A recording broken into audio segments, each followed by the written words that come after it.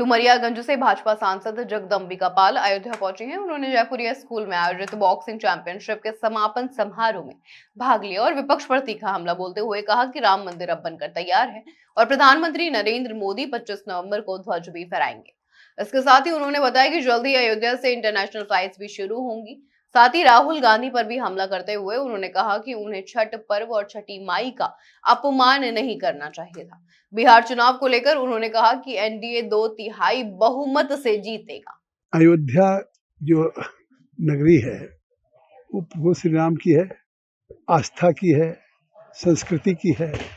मर्यादा पुरुषोत्तम की। लेकिन आज जो ये एक राष्ट्रीय स्तर का जो बॉक्सिंग चैंपियनशिप हो रही है, तो मुझे लगता है कि आस्था और संस्कृति के साथ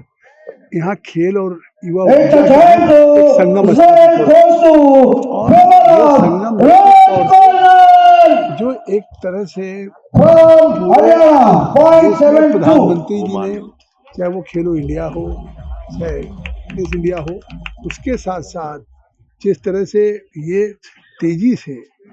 मैं इसमें राकेश मिश्रा जी को धन्यवाद दूंगा, विशाल जी जो हमारे प्रदेश अध्यक्ष चुने गए उनको बधाई दूंगा कि इतने बड़े लेवल पे अयोध्या में या पूर्वांचल में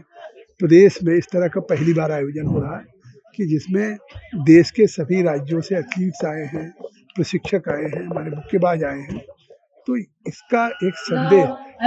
ये हमारी कब की, ये 1650 की ईसा पूर्व का मुक्केबाजी का पहली बार जब यूनान में नाम आया, कलशों पे वंश की तय, फिर उसके बाद 688 ईसा पूर्व में फिर जो प्राचीन ओलंपिक हुआ करते थे, फिर उसके बाद इंग्लैंड ने इसको व्यवस्थित किया 87 में और उन्होंने एक रूल्स बनाया, फिर ओलंपिक में शामिल हुआ और आज ओलंपिक में 2012 में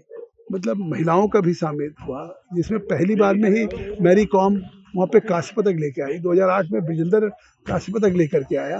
तो यहाँ पे इतनी संभावनाएं, और ये जो गेम है बॉक्सिंग, ये पूरा शक्ति का, संतुलन का, समन्वय का है और ये एक शारीरिक उसकी शक्ति और दक्षता भी है। तो ये कहीं ना कहीं ये एक सबसे प्राचीन है और आज भी जो एक फिटनेस की बात करते हैं प्रधानमंत्री मोदी जी जो करते हैं, मुझे लगता है इससे ज़्यादा किसी की संभावना नहीं सकती। और मैं बधाई इस बात के लिए इस संगठन को दूंगा बॉक्सिंग की कि बिना किसी सहयोग के, बिना किसी अभी शासकीय या सरकार के, भारत सरकार के सहयोग की इतना इस स्पर्धा को, इस खेल को बढ़ाने का जो